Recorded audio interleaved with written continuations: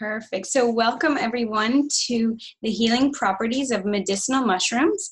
I started learning about mushrooms just this year. We went to a conference in Toronto and met Dr. Sachin Patel, and he's our mentor now, and he introduced us to medicinal mushrooms. There's actually so much that we learned. I felt like we could dive into research, but at the same time, it's so beneficial, we had to scream it from the rooftops from right away. So instead of waiting to present this beautiful information, we got busy and wanted to get it to you. So thank you for coming. And for those of you who don't know me, my name is Beth Hollis. I'm one of the founders of Ocean Rock Wellness. And here we're working towards developing an amazing functional medicine practice. So trying to teach Bermuda all about functional medicine and helping you on your health journey. So you're all here today, which proves to me you already started this health journey. We believe you are your best doctor. You know best, and if we help you find those tools, then you'll be making strides in no time. Okay, so thank you for being here. And let's get started. So it is all about mushrooms. Naturally, we're going to start about what mushrooms are. So mushrooms are in the fungal kingdom. There's over 10,000 known types. I'm sure some of you can already think or name a few. Lots of these mushrooms are medicinal, but some are actually poisonous. And the poisonous ones, basically, if you go out for a walk and find mushrooms, don't eat them because you never know if they're poisonous. And I told you first, okay? They grow under the perfect conditions. So they like moisture right after a heavy rainfall. They like a change or a drop in temperature. They also breathe oxygen just like us, and they use sunlight. So they can actually turn hydrocarbons into carbohydrates. So does anyone know what a hydrocarbon is? Let's think. They are actually things like fossil fuels, plastics, and things that have a harder time breaking down, like oil and oil spills. So mushrooms can actually be used to turn those plastics or oils into mushrooms. So if there was an oil spill, they can put mushroom spores down and actually clean up the environment. They improve every environment that they're in. So they detox our forests and are highly eco-friendly. So they're now a sustainable resource for food and for medicine because they're so readily harvested. And it makes hiking a lot of fun. I have fond childhood memories growing up in Canada where we would play with mushrooms. They were kind of all on the trees, and we would get sticks and pretend to play the drums. But my favorite mushroom, I should actually look up what it's called. It was just this round little puff ball is what I called them. And when you went like this, there was these big clouds of dust. I thought it was dust, but now I know they're actually the reproductive organs of the mushrooms. So I was bathing in mushroom spores from a young age, apparently. And no wonder why I'm so bright today, right? Jokes. So mushrooms are, a lot of them edible, and as I said, some poisonous. Let's think of a few different mushrooms, and feel free to share in the chat so you can type it out. What are your favorite mushrooms? So my favorite are Reishi. I love how portable it is. You can have it in coffee, and you can have the spores. As far as the gourmet ones, I would say portobello mushrooms are my favorite. And shiitake. Yes, I like mushrooms in soup the most. I'm not a huge fan of them on salads, but I'm getting used to it. So in the chat, type your favorite mushroom for me.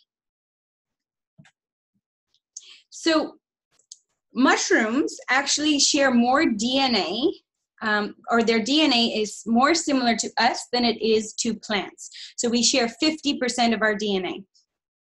Mushrooms have amazing properties because they share a lot of our DNA and they also breathe oxygen. They have had to develop ways of becoming antiviral, antifungal, antibacterial because they have to fight some of the similar things.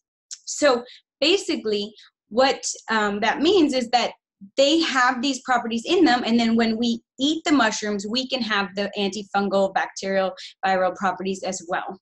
So I went down a few rabbit holes researching this presentation.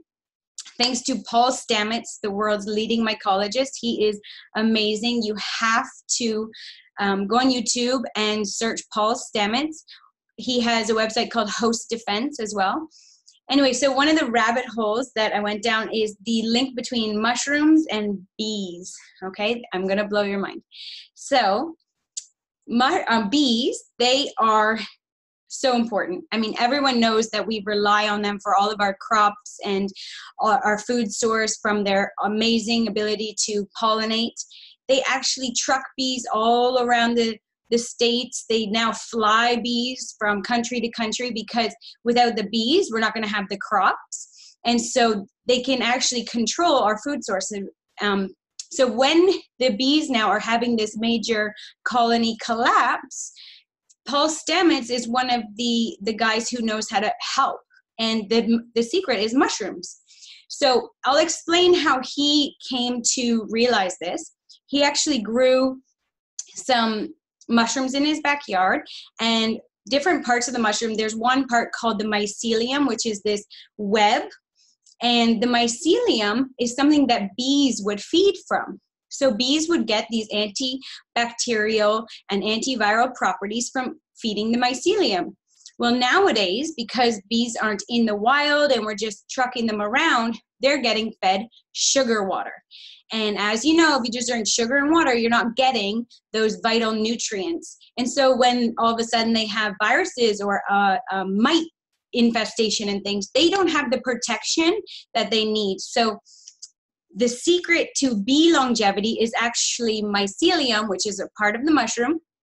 And to tie it all in, Winnie the Pooh is what I thought of, because it's actually bears are the key in this step as well. So the bears would scratch the tree, and then the mycelium mushroom would come and cover that scratch, and then the bees would come and drink the mycelium. So think, a bear would scratch the tree, and then the bees would feed, and then the bees would make a hive in that tree, and then the bears and the bees and the mushrooms, they're all friends. So anyway, we have such an interconnection in our world, and mushrooms can be linked to all of those connections. So I feel like it's really important that we continue to eat these mushrooms for their beneficial properties. So thanks for coming down the rabbit hole with me. The next is psychedelic mushrooms. So whenever I talk about mushrooms, I feel like the first thing people say is, you mean the magic mushrooms? Don't they just get you high? And yes, there are some mushrooms like psilocybin, which has hallucinogenic properties. And these mushrooms are now being used in a lot of clinical studies, a lot of trials, because they have amazing health benefits. They have interventions now in place to treat mental health disorders, such as post-traumatic stress disorder. They treat Alzheimer's, depression, and it's amazing because the treatment is actually as short as 24 hours when you notice a difference, or sometimes even a cure. So Paul Stamets, the man who I mentioned, the mycologist, has a patent to cure Alzheimer's, and that's with psilocybin, niacin, and lion's mane. So lion's mane is another amazing medicinal mushroom that I'll talk about in a bit. And some of the states are now getting on board, which is amazing because we're going to see the changes in some of the laws. So specifically, Oregon, Colorado, and California have decriminalized psilocybin, and they're moving towards legalizing it. And mark my words, mushrooms are going to be a next billion-dollar industry. So they're on the rise. This is a picture of a brain that is a regular placebo brain, and then one that's on psilocybin. So I love this slide. It represents all these different connections in our brain, these nodes along the outside, the different colors you can see, and then all the lines between the nodes are showing pathways. So when you take psilocybin, you're increasing the number of pathways. And so let's think about what kind of brain that would create. It looks smarter, right? and there's probably better communicating because you can grab from different areas. There's better pattern recognition, a heightened awareness of senses, right? Your brain is really turned on, and it is just amazing. You actually increase your consciousness in the long run. So let's talk about some of these theories surrounding mushrooms. So one is called the stoned ape theory, which is more of a hypothesis. And it was by Terence and Dennis McKenna. And so Terence was an ethnobotanist, and he studied a lot of connections between our evolution. And the theory has it is that the apes or primates for over millions of years, we would be ingesting these mushrooms. So we would find the mushrooms, we'd eat them, and then we'd increase our level of consciousness. So over time, you're actually expanding our brain, our capacity, and it's a way to say that how humans became the way we are, and we excelled so quickly because mushrooms were part of our diet. So that's the stoned ape theory. We are basically the stoned apes. But if you think about it, they're probably walking around, you find these mushrooms, then all of a sudden they become, better hunters, better gatherers, better problem solvers. So if you can tap into more areas of your brain, you're going to get that big expansion. So I believe in the theory. Some people question if mushrooms are from outer space, and that's because they can survive in such extreme environments. And this picture here on this slide is called Prototexites. It's actually, it represents how mushrooms were back hundreds of millions of years ago. And they grew up to be 40 meters high. And that's because there was lots of oxygen on Earth back then, so they grew. And they actually helped develop the soil that we have today. So they help break down the rocks and give us the perfect soil that we have. They say that in 1 inch of soil, there's actually 8,000 miles of mycelium, and you'll learn soon what mycelium is, okay? But basically, mushrooms transform our environment. So this is the anatomy and life cycle of a mushroom. It's important because the different products that we carry will highlight different parts of the mushroom cycle. And again, this is from Paul Stamets, and my newfound hero. So let's start at the beginning. So number 1, inoculation. You have the male and female reproductive organs coming together for sperm germination. From the germination, we get mycelial expansion. So mycelium is this web of interconnected mushroom information. So it's basically the fetus of the mushroom. So we have a womb that keeps our fetus all nice and cozy, and mushrooms don't. They expand. They literally take over. And then when the conditions are right, they form a hyphal knot and a primordial formation, basically saying that the fruiting body then will erupt. And it's amazing. Sometimes this is quick, like some mushrooms last 3 days, especially if it's a gilled mushroom, might be 24 hours. But then there's some mushrooms that, what are they called? Polypore mushrooms. They will last long time. Some are hundreds of years old. So depending on the type. So after you get the mature fruiting body, that is what we think of as a mushroom. Like when you picture a mushroom, it's that little cap and the little stem. Anyway, so that mushroom actually has called a spore print.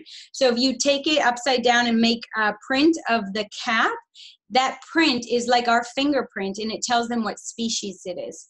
And even the coloring, so psilocybin, I know that that mushroom cap will have, say, a green color or a purple color, and they can tell what species of psilocybin it is. So that's their unique fingerprint. And then they release spores, which is the reproductive organs. So the spores, the mycelium, and the fruiting body are 3 areas of the mushroom that we can consume. And I just want to say what's amazing is the mycelium is like our internet. It covers the forest, and then if the tree is in trouble, it will go to that tree and become the tree's immune system. So when you see a mushroom, like the chaga mushroom on a dead birch tree, you know it's helping that birch tree.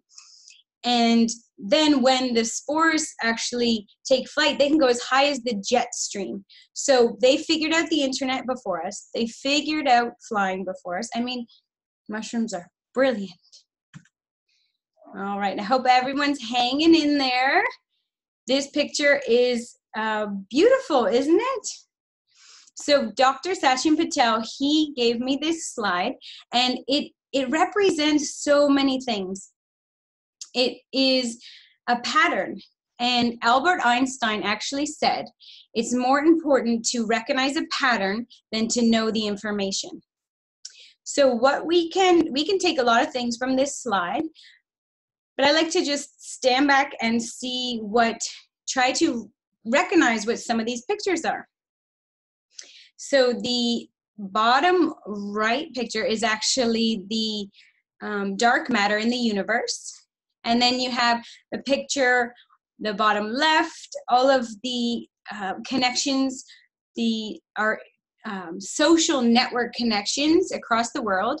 There's a picture of tree roots, plant roots, the neurons in our brain, and mycelium.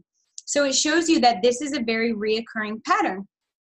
So we need to learn from nature and continue this pattern in our own lives. The way we can do that is thinking about health in multiple areas, okay? It's not just about what you're eating. It's not just about what your exercise is like. It is everything. It's the financial health. It's the spiritual health, your wellness, your sleep. There's so many branches.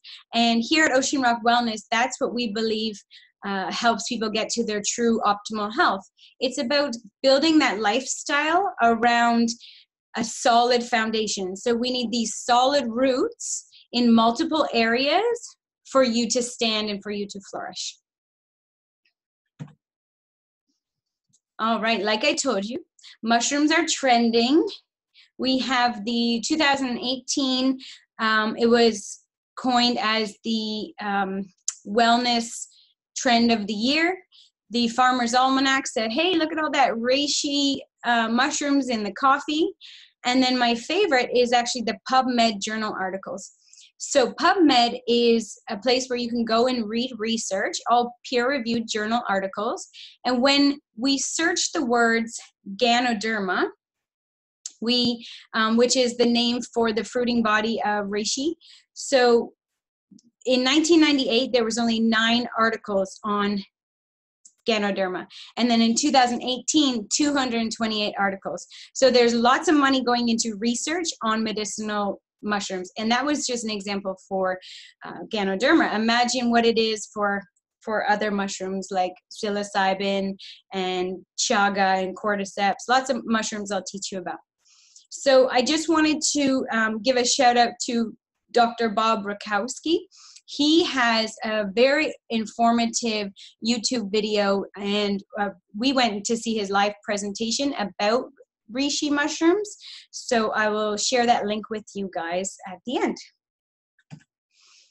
The 5 mushrooms that we're going to talk about today include turkey tail, cordyceps, lion's mane, chaga, and reishi. So in the chat, let me know if you have heard of any of these mushrooms, okay? Turkey tail, cordyceps, lion's mane, chaga, and reishi.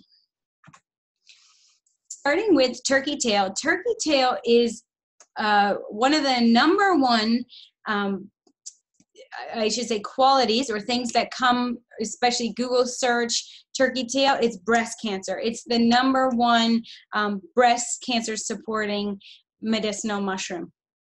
So it helps treat the flu and colds. Just like I said, all these mushrooms have antiviral and antibacterial properties. They support patients going through chemotherapy, and specifically chemotherapy with breast cancer patients. It helps the immune system, and it's actually a prebiotic, so it helps with digestion. Cordyceps is a very interesting looking mushroom. It actually takes advantage of dying bugs, beetles, butterflies, larvae, and it shoots up from their decomposing bodies.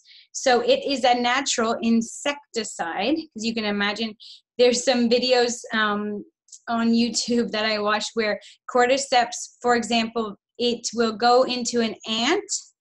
It will take over an ant, go to its brain, and then blow up its brain. And the other ants are so smart that whenever they ingest cordyceps and they see that ant going crazy, they will carry that ant far, far away. So when its brain blows up, it doesn't kill everyone. So Paul Stamets, with his host defense, he actually has natural ways that to put mushrooms down to kill ants. It's like, we should just bring that to Bermuda. I mean, the ants are outrageous here. So back to cordyceps. They boost the immune system. They increase your energy. So great for athletes. They help the skin, asthma and bronchitis. They are, what else are they?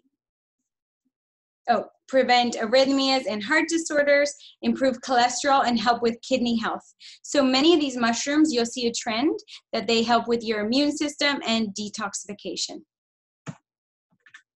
Oops. Chaga. So chaga is one that I saw a lot when I was growing up, because we had a lot of birch trees, and they are they help the birch trees, as I said, their immune system. And if you cut it off, it would actually kill the tree. So you have to just cut little chunks off. And this mushroom is actually commonly used in making a tea or a coffee. So grinding it up and then boiling, letting it steep just like a tea. But it also helps and treats cancers. Specifically, this one likes to help with the cancer and tumor size.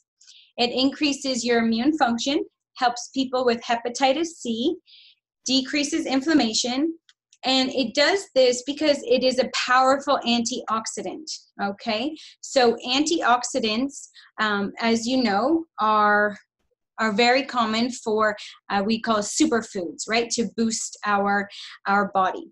Well, blueberries, which are a big one, have an ORAC value, which is the value that is given to something that is an antioxidant. But basically, their value is close to 9,000. Now, imagine chaga is close to 146,000. Like, that is amazing. It is such a helpful antioxidant. And this one also helps with endurance.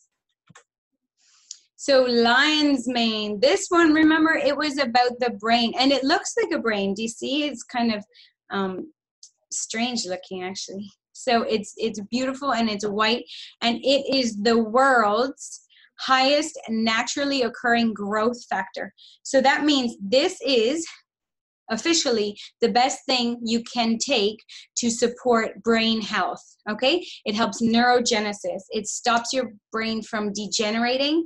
It reverses cognitive decline. It improves memory and your moods and your blood sugar. So everything to do with brain, lion's mane is it. Seriously, the most potent, naturally occurring brain booster. So everyone should have this. I listened to lots of studies about lion's mane, and with Alzheimer's, they have finished the studies with mice, and now they're getting those clinical trials now in with humans. But with mice, what they did was they put a neurotoxin into the mouse. So we actually are, we live in environments where we get exposed to neurotoxins all the time. Dr. Famous wrote a big chapter in our book all about our toxic world. And basically, when we get exposed to some of these plastics and things, they become neurotoxins. And so in the study, the mice were given a neurotoxin, and they stopped being curious. They stopped exploring their environment. They stopped being playful. And it's similar things we see with people with dementia, right? They're more flat, that flat effect. And the interesting thing is that once they gave the mice lion's mane, all of these neurodegeneration, all of the mice improved. Okay, so their brain actually had new regenerative neurons happening. So we can continue to build brain cells. Some people think that we just lose them, but we can build them back up. And so these mice went back to solving problems, being curious, playing, and they did all the dissections of their brain to see the change that actually happened on the, there's a sheath, a myelin sheath, and with Alzheimer's, there's these plaques that come on, and they can actually take the plaques off. So just amazing research and movement towards brain health. All right, next is Reishi, one of my favorites. And Reishi has been used for thousands of years in China. It's actually, what would we say? It was known for its spiritual potency, so it helps increase their consciousness, and it was coveted, so really only emperors could have it. So that's this picture where the emperors are holding the reishi mushrooms, and they actually had a law that if a commoner would steal the reishi mushrooms, they would cut off their hands.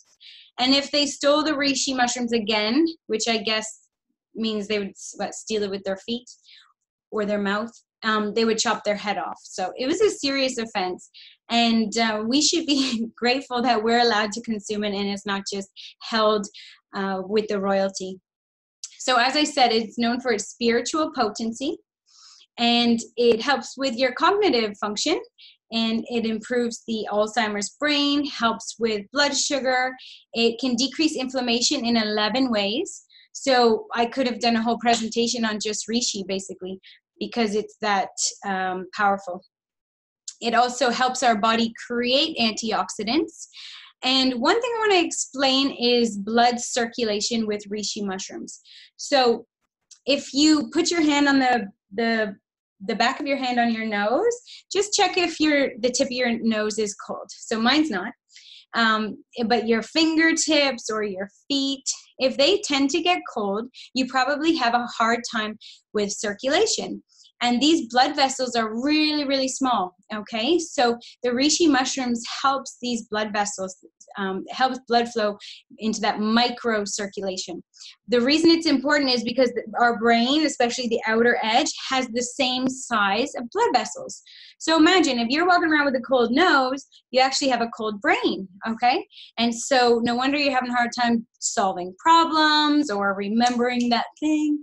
So reishi mushrooms, that is the cure. So mushrooms, now that we've talked about the main 5, a little bit more about why they help us, okay?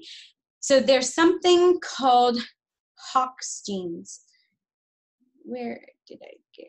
So Hox genes are genes that are in plants, mushrooms, us. Anyway, they're genes that will code for that structure of something. And that's why we see the mushrooms, if you turn this reishi mushroom onto its side, it looks like kidneys, or even lion's mane, or this reishi mushroom, you turn it and it looks like a brain. So we have similar genes, right? We share 50% of our genes. And so they have a lot of information in them that can help us. And when, just take my word, if something looks like it, it helps it, okay? Simple. Just believe me. So this is me on May 24th, right after I ran for 2 hours and 8 minutes without stopping, and I had energy at the end. It was amazing, seriously. I went for a run yesterday for about 30 minutes and didn't even feel that good. But it just shows that when you're training and you have supplements to help support you. So I took reishi mushrooms, I had the spores, I drank the coffee, and I was really boosting up for my big performance. So it really helps. It improves your detoxification. It helps with weight management because it suppresses your appetite. It improves your sleep. And lastly, it helps calm your nervous system. So if you are in that sympathetic nervous system, it can help make that shift to the parasympathetic to de-stress. So that point in itself needs some more information. So what does that mean? Our autonomic nervous system. So this is a kind of a scary slide for some people. They're like, what is going on? But basically, I'm going to break it down in really easy terms, okay? So we have our sympathetic nervous system and our parasympathetic. Sympathetic is fight and flight, and parasympathetic is rest and digest.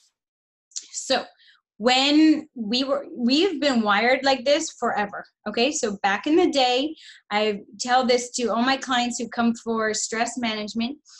We can think of our caveman days, and a saber-toothed tiger would come, and we would literally save our life because our sympathetic nervous system would kick in. Okay, our heart starts beating faster, all the blood goes to our feet and to our arms so we can run or fight.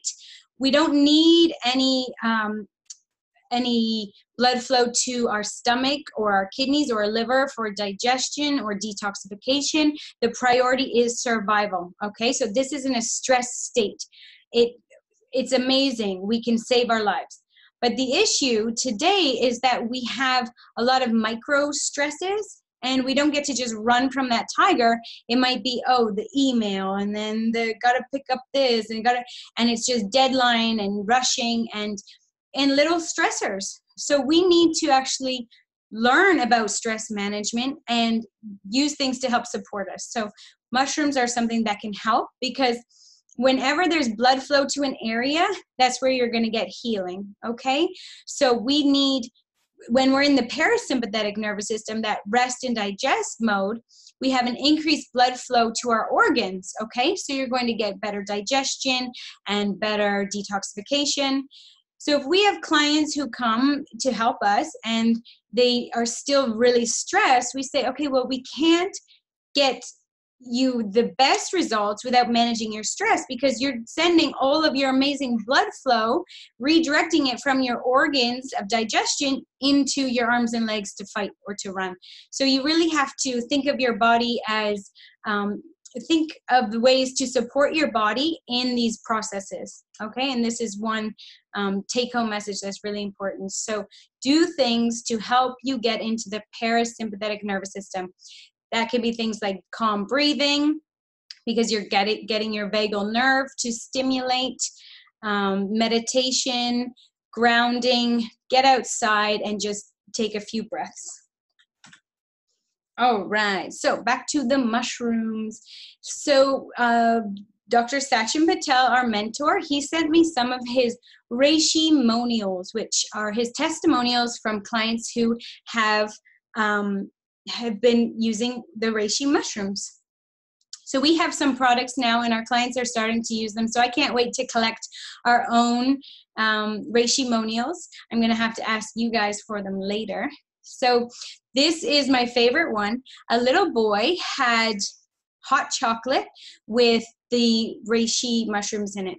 And after 4 hot chocolates, so he had 1 a day, his stutter was cured. So stutter, right, it's this issue in the brain. It can be from inflammation or these wrong pathways are developed. And when you have a brain-boosting mushroom, you can get over things like that. Paul Stamets, who I talked about before, he also cured his stutter through the use of mushrooms, and there's been multiple cases. So if you know anyone with a stutter, they should give mushrooms a try. And also, it helps, reishi helps with irritable bowel syndrome. So sometimes at first, when you start taking mushrooms, you'll have a few loose stools because it helps that detoxification process. But then after, it's really helpful for regulating your bowel movements. So it helps with irritable bowels. And for people who love coffee, like myself and many of my friends, some people react differently, right? So Dr. Pete Talbot, if she has coffee, she's going to be up for days, where I can drink coffee and go right to bed. The amazing thing is that with the reishi mushrooms in the coffee, it helps decrease those jitters or the I don't know, it just keeps you, it's like you're focused and calm, and anyway, it's just amazing. It's like it stabilizes the effects of caffeine, and yeah, you don't feel like, oh, I can't have that second cup because I'm gonna get all jittery and things like that, and you'll be able to sleep still. So here are some tips on how to increase mushrooms into your diet. So I went to my favorite store, Lindo's, the other day and found some different types of mushrooms. That's a picture of trumpet mushroom, which I hadn't tried before. And they had about 5 or 6 different types of mushrooms. So you can get your variety in. They are great to add to soups and to salads, things like that. The tricky part is that most of these medicinal mushrooms are actually very bitter. Yeah, they're bitter. So they're hard to stomach just on their own. So that's why they've come up with amazing ways on getting them into your body. So one of the easiest ways to consume them are through a company we called Organo. And Organo has organic reishi. They have the spores, they have the mushroom body and the mycelium in different products, hot chocolate, lattes, coffee, and the spores. So these are, see the spores. The spores are my favorite, and also the King coffee, because the King coffee has spores in it, where the black coffee has the mushroom body in it. And what I like to do is kind of mix them up so you get a helpful dose of each type of mushroom. So I want to say there's one disclaimer. So at first, you know, when we looked at the back of the latte or the hot chocolate, we're like, oh man, there's quite a bit of sugar in there, and there's some milk products, and a lot of us don't drink dairy milks. We use nut milks, and they have a lot of sugar, where I would have my coffee black. And what we had to realize is we have to meet people where they're at. So although, you know, I can have my King coffee and add my almond milk or coconut milk, some people might want the latte. And if they're replacing their, you know, regular coffee with milk and sugar with now coffee that has mushrooms in it, you're still making a healthier choice. So we said, hey, we're going to bring the products in anyway, because we have to meet people where they're at, and we can help more people. So we'd rather help more people with a variety of products instead of saying, oh no, there's a bit of sugar in there. But anyway, that's my disclaimer for Dr. Famous. All right, so we have 2 new products, and they are amazing. So we have our 5 mushroom blend. Those are the 5 mushrooms I taught you about today. And then we have lion's mane. Okay, and they're very affordable, $35, $40, and they're powders. Remember, they don't taste that good, so you put it in a smoothie and you can't taste it. Some people just say, oh, Beth, I add it to my coffee, my tea. I personally put it in the smoothie because that's how I get it to my kids, and we all share the same smoothie. You just add it to the end of your smoothie making, and then just buzz, and then it's in. You don't want to blend it for an hour or something to break it all up. But 2 amazing ways to get medicinal mushrooms into your diet. So there is something to be said about source, and that's like we say for all of our foods, right? We want to have organic as much as we can. We want to know where it comes from, and now we actually can think about what type of process was used to cultivate that food. You know, was it sustainable? Is it supporting our environment? Things like that. So an example is Organo, who we use for the mushroom products, for the reishi mushroom products, and they are organic, but they also cultivate them and through a natural way. So using wood chips and things like that, where there's some products who use plastic bags. So we want to know how things are made, basically. So instead of through plastic bags, the way nature intended on wood. Oh, I did. So I forgot that I did put a shout out to Dr. Bob Rakowski for his amazing talk on functional medicine in a cup. This is what inspired us to create this presentation, along with the help from Dr. Sachin Patel. It was really amazing to see all of his was research-based, so it was about journal articles and things like that. And he has a few others on YouTube. Here is the man of the hour. So Dr. Sachin Patel and Bob Rakowski. I just had to put a shout out because they really, you know, I felt I could have spent so much time learning about mushrooms. They're like, no, just go. You know, spread the word and share, because it's true. You almost feel like you're doing in a disservice to your clients if you're not telling about these awesome mushrooms. So join the club, eat some mushrooms. To wrap it up, I'm going to say that they are full of potential, okay? Mushrooms are amazing. Remember I told you they invented the internet. They know how to fly. I didn't even say the world's largest organism is this honey mushroom in Oregon, and it's, oh my gosh, I'm bad with numbers, so I can't recall, but I can look it up. It's something like, oh yeah, I do. So it's about 3 feet deep and 30,000 acres. It's huge. Anyway, it doesn't even make sense. There's whole towns sitting on top of this mushroom, but they did studies, and it's the world's largest living organism. So there you go. They figured it all out. They are a blanket on our forest, and they help everything communicate, right? You step into the forest here, and it knows way down there because a mushroom told him. So they're eco-friendly, so many health benefits, and their food, their medicine, but they can also teach us a lot. Right? We've learned how to save the bees. There is natural remedies for so many health issues because of their antiviral, antibacterial properties. So it's really, we have to continue to learn from nature, and I'm happy to teach people about things from nature because that's what I'm passionate about as well. So thank you so much for joining. I am going to stop the video, head on the chat, unmute anyone in case you want to have a little chat. We've got time to do that. So thank you all for tuning in, and send this video to any of your friends who you want to help them with their longevity, their vitality, their endurance, and to just feel good, right? Use nature to feel good. So thank you all guys for joining, and let me just stop it here. Bye.